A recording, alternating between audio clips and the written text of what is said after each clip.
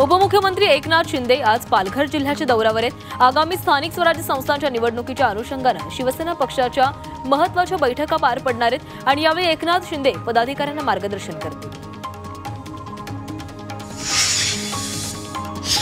यवतमाळच्या वणीमधील भाजपच्या भारतीय 2 माजी जिल्हा परिषद सदस्यांसह 2 सरपंचांनी शिवसेना उद्धव बाळासाहेब ठाकरे पक्षामध्ये पक्षप्रवेश केलाय। आगामी स्थानिक स्वराज्य संस्थांच्या निवडणुका लक्षात घेता भाजपला हा मोठा धक्का मानला जातोय। वणी विधानसभा क्षेत्राचे आमदार संजय देरकर यांच्या नेतृत्वामध्ये पक्षप्रमुख उद्धव ठाकरे यांच्या उपस्थितीमध्ये हा पक्षप्रवेश पार पडला। रायगडमध्ये काँग्रेसला खिंडार पडलाय। काँग्रेसचे माजी प्रदेश सचिव आणि माजी आमदार मधुकर ठाकूर यांचे चिरंजीव प्रवीण ठाकूर यांनी राष्ट्रवादी काँग्रेसमध्ये प्रवेश केलाय। उपमुख्यमंत्री अजित पवार आणि प्रदेशाध्यक्ष सुनील तटकरे यांच्या उपस्थितीमध्ये हा प्रवेश पार पडला।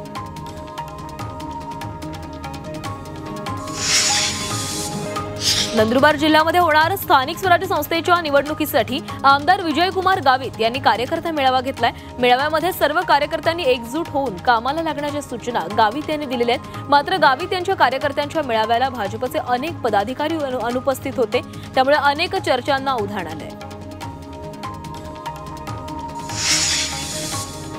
मराठा समाजालाच आरक्षण देण्याचा अट्टहास का आणि त्यांच्यावरच आरक्षणाची कृपादृष्टी का असा प्रश्न आरक्षणास विरोध करणाऱ्या याचिकाकर्त्यांनी उच्च न्यायालयामध्ये केलेला आहे। मराठा समाज हा कधीच आर्थिक अथवा शैक्षणिक दृष्ट्या मागास नव्हता, तो मुख्य प्रवाहापासून कधीच दूर नव्हता असेही मुद्दे मांडण्यात आले।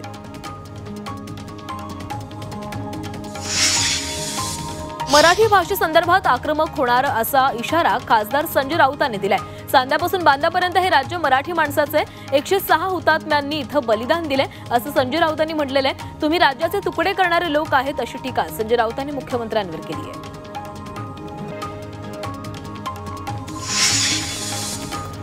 जळगावमध्ये केंद्रीय मंत्री रक्षा खडसे यांच्या उपस्थितीमध्ये पीएम किसान उत्सव दिवस साजरा करण्यात आला आणि यावेळी टिश्यू कल्चरची भव्य प्रयोगशाळा साकारण्यात येणार असल्याची माहिती देखील त्यांनी दिली आहे। तर मुक्ताईनगर तालुक्यामध्ये 1 आणि यावल तालुक्यामध्ये 1 अशा दोन्ही जागांची पाहणी केल्याचंही त्यांनी सांगितलं।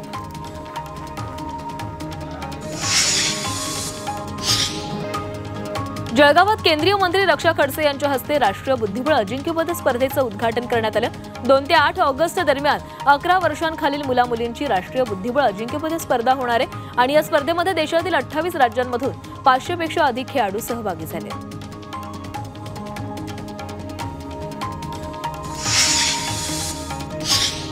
सरन्यायाधीश धनंजय चंद्रचूड यांनी राजधानी नवी दिल्लीतील सरकारी बंगला अखेर सोडलेला आहे। देशाचे 50वे सरन्यायाधीश असलेले चंद्रचूड हे 8 नोव्हेंबर 2024 रोजी निवृत्त झाले, मात्र लगेचच बंगला रिक्त न केल्यानं त्यांच्यावर टीकाही झाली होती। सोलापुरात 7 ऑगस्टला कुरेशी समाजाच्या वतीनं मूकमोर्चाचं आयोजन करण्यात आलेलं आहे। माजी आमदार नरसय्या आडम यांची देखील इथं उपस्थिती असेल। गोरक्षकाकडून त्रास दिला जात असल्याचा कुरेशी समाजाचा आरोप आहे। जळगावातील चोपडामध्ये एकलव्य संघटनेतर्फे तहसील कार्यालयावर भव्य जनआक्रोश मोर्चा काढण्यात आला। लैंगिक छळ करणाऱ्या पोलीस उपनिरीक्षक यांच्यासह 3 पोलीस कर्मचाऱ्यांवर कारवाई करण्याची मागणी या मोर्चामधून करण्यात आली आहे। त्याचबरोबर नायब तहसीलदारांना विविध मागण्यांचं निवेदनही देण्यात आलं।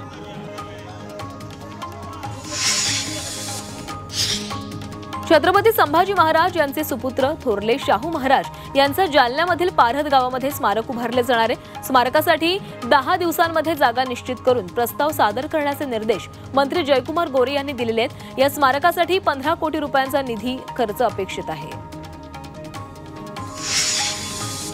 राज्याच्या पर्यावरण विभागानं एका समितीची नियुक्ती केलेली आहे। पीओपी सामग्रीचा पुनर्वापर आणि वैज्ञानिक पद्धतीनं सामग्रीचे विघटन कसं करावं यासाठी उपाययोजना सुचवण्याकरता या समितीची नियुक्ती करण्यात आलेली आहे। तर ही समिती 6 महिन्यांमध्ये सरकारला अहवाल देणार आहे। पुण्यातील गणेशोत्सवामध्ये यंदा विसर्जन मिरवणुकीमध्ये कोण लवकर सहभागी होणार यामध्ये गणेश मंडळामध्ये मतभेद निर्माण होत आहेत। यंदा मानाच्या गणपती आधी 100हून अधिक मंडळांनी एकत्रितपणे सकाळी 7 वाजता निघण्याचा निर्धार केलेला आहे।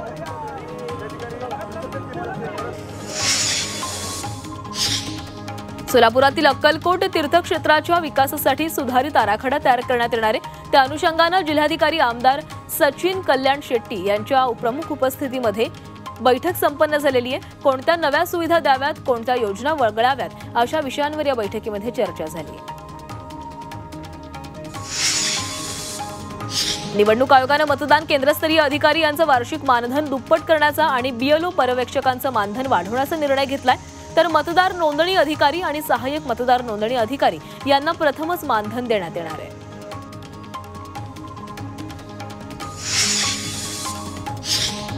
पीएमपीएलचे नवे अध्यक्ष पंकज देवरे यांनी पीएमपी कर्मचाऱ्यांच्या वेतनातून कपात करण्याचे आदेश दिलेत।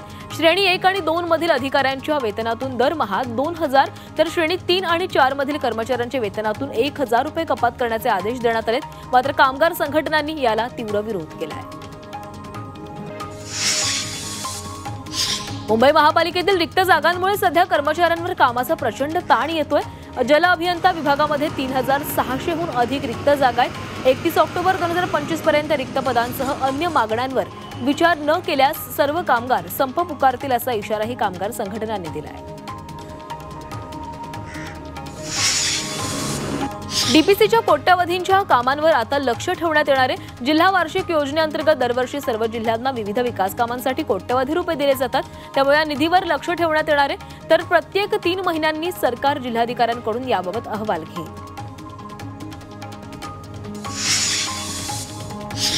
पुणे दुबई दररोजच्या स्पाइस जेट विमानाला गेल्या 7 दिवसांपासून अर्धा ते 2.5 तास सतत उशीर होत असल्यानं प्रवाशांना विमानतळावर तात्काळ थांबावं लागतंय। आंतरराष्ट्रीय विमानसेवा दर्जा असूनही प्रशासन आणि कंपनीकडून कोणतीही ठोस माहिती दिली जात नसल्यानं प्रवाशांमध्ये नाराजी आहे।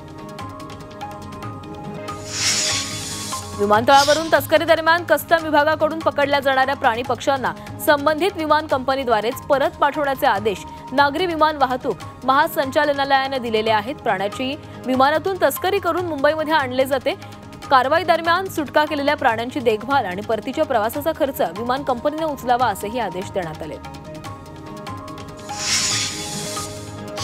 पुण्यात सीएनजी आणि इलेक्ट्रिक बस नंतर आता पीएमपीएलच्या ताफ्यात लवकरच हायड्रोजनवर चालवण्यात येणारी बस येणार आहे। प्रायोगिक तत्वावर 2 हायड्रोजन बस पुण्यामध्ये धावणार आहेत। पीएमपीचा हा निर्णय पर्यावरणपूरक सार्वजनिक वाहतूक प्रणालीच्या दिशेने महत्त्वाचं पाऊल ठरणार आहे।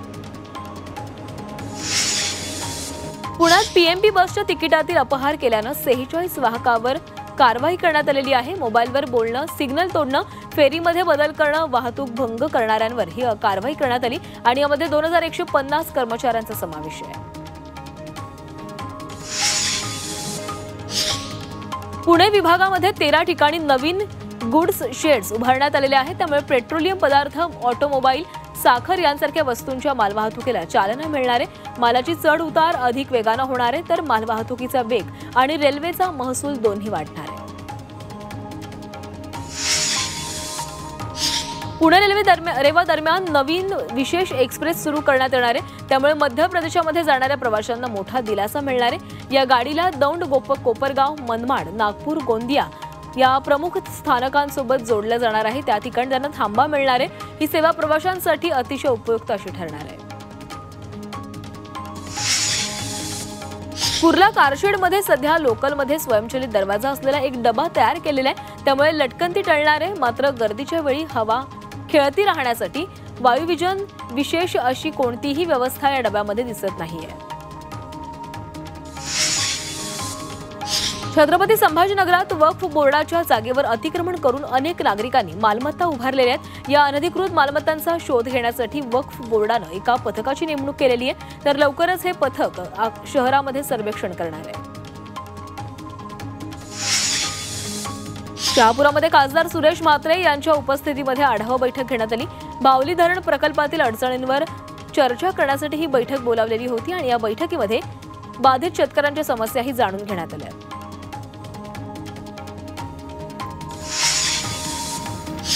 मुंबई गोवा महामार्ग आणि त्याच्या दुरवस्थेवरून उपमुख्यमंत्री अजित पवारही वैतागले। मुंबई गोवा महामार्गाला 7.5 लागली असल्याचं अजित पवारांनी म्हटले। तर या महामार्गाचं काम लवकरच पूर्ण करणार असल्याचंही त्यांनी स्पष्ट केलंय।